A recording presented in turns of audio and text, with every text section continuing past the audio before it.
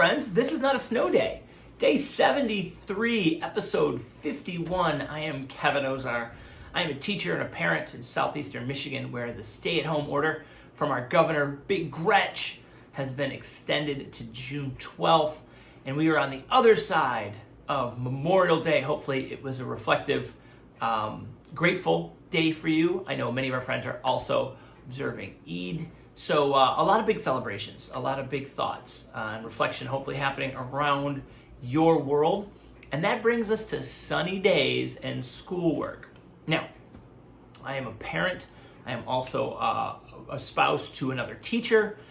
We have an 8th grader and a 5th grader. And we have the same conversation as parents that really good teacher teams have in school this time of year. Perhaps parents who are now at-home teachers, you have noticed that it's getting a little harder to continue to monitor the systems and the structures that you may have set up for homeschooling.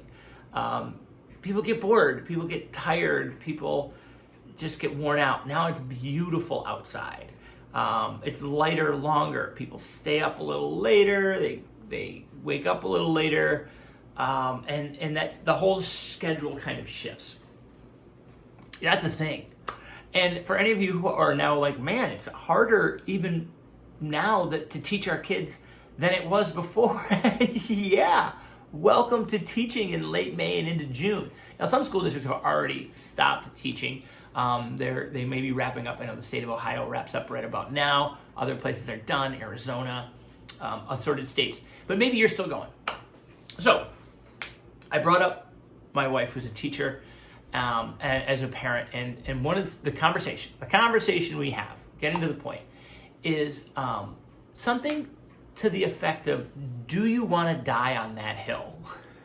Right? A little dramatic. What is worth fighting for? And really, the application question in a classroom or at a school is, what is worth fighting about?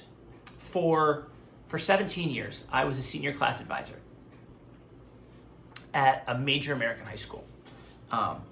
Graduating classes between 1,300 and 1,600, lots of humans.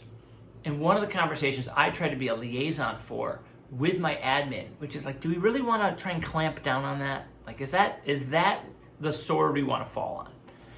And so what I think you need to do as a parent, and especially as a parent who's an educator now, is to decide what's worth fighting about and what is worth partnering with. Because you're not going to let it go. It's not like we're just going to say, like, nope, we're not doing that anymore. What you might be doing is adapting to different times, adapting to class outside, adapting to different projects, deciding what is important, and then intentionally saying, we're going to put this to the side. We're going to call out that we're putting this to the side. We're going to do it later. And we are going to stick with this, because you don't just give up on stuff. However, good classroom teachers and good schools recognize that climate matters, that the amount of time that we've been in class matters, that kids have a different kind of energy, and instead of trying to fight that energy and create a conflict, what you want to do is partner with them and direct that energy. And that's why class outside can be fun. That's why an extra recess makes a lot of sense. It's not that you're going soft. It's not that you're giving up. You're just saying, how do I manage this group of humans with their experiences as well as what's happening around us in a way that still meets my goals and meets their goals? And so this is a great time to relaunch your school classroom spring edition, to maybe create an outdoor learning space, to talk about what really is essential and what isn't essential right now. So what you're saying maybe in your head is like, whoa, Kevin, but my kids are going to fall behind. All right, we've talked about this. See my previous episodes about falling behind. There's no such thing. There is such thing, however, as a summer slump. The summer slump, or the summer slide, as I've heard it talked about, really is partly an equity issue. But we see it as educators when kids come in who have had wildly unstructured summers. And if they have not been engaged in something, very frequently their muscle memory for socialization, their muscle memory for routine, their muscle memory for pushing themselves is a little rusty. This is why going to camp can be great. This is why just taking a class can be fantastic. This is why having a project or just having a thing that you're working on is really, really powerful. Now, there's also great power in unstructured play and the freedom. I recall summer days for years growing up in the city. My brothers and I would just get on our bikes and we would just go, and we would come home exhausted and dirty and full of junk food that we bought at the liquor store up on the corner. And my dad would stand in the backyard and blow a whistle, and we had to be able to hear it. And everybody knew the Ozark boys had to go home.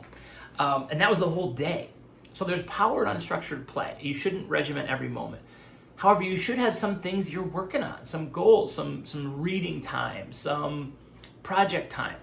And very often this summer slide comes down to equity, what families can afford to create these kinds of experiences with time, with work schedules in the summer, and what families cannot, and that shows up in the classroom.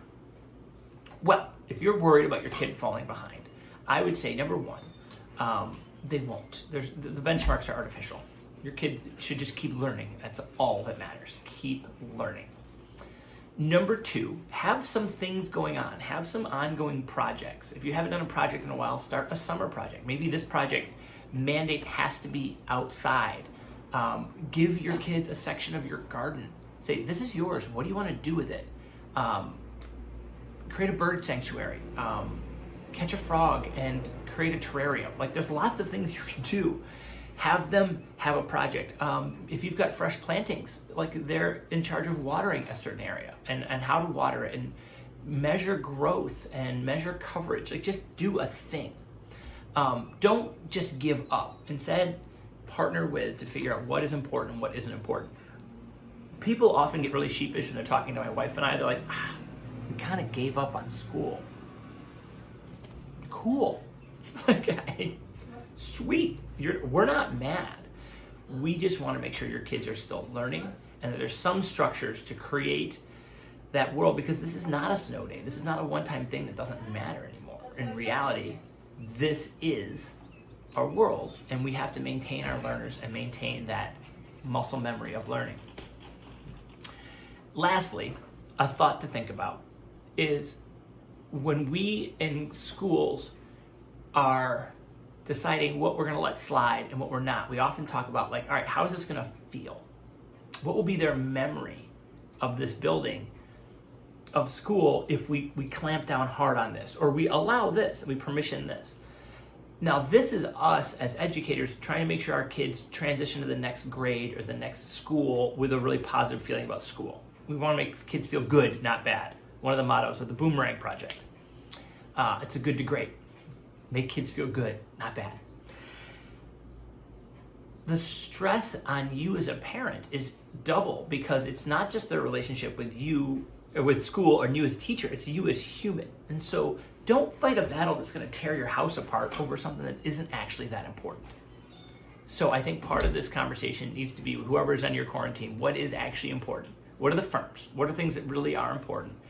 And what are some things we can adjust together? Not put to the wayside, but adjust together.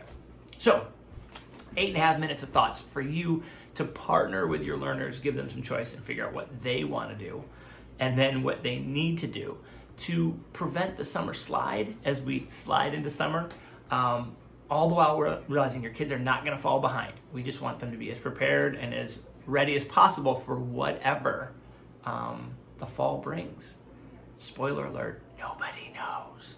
So, day 73, enjoy the sunshine. Thanks for tuning in. If you like this video, this is helpful to you, go ahead and comment down below or subscribe. If I just gave some ideas to you that maybe you and your friends were talking about at your social distance barbecue or your text thread with the other family members, share this with them. Put it on your social media, and maybe my words can help them too. Thank you for helping me with my project. It continues on. I'll see you tomorrow. This is Not a Snow Day.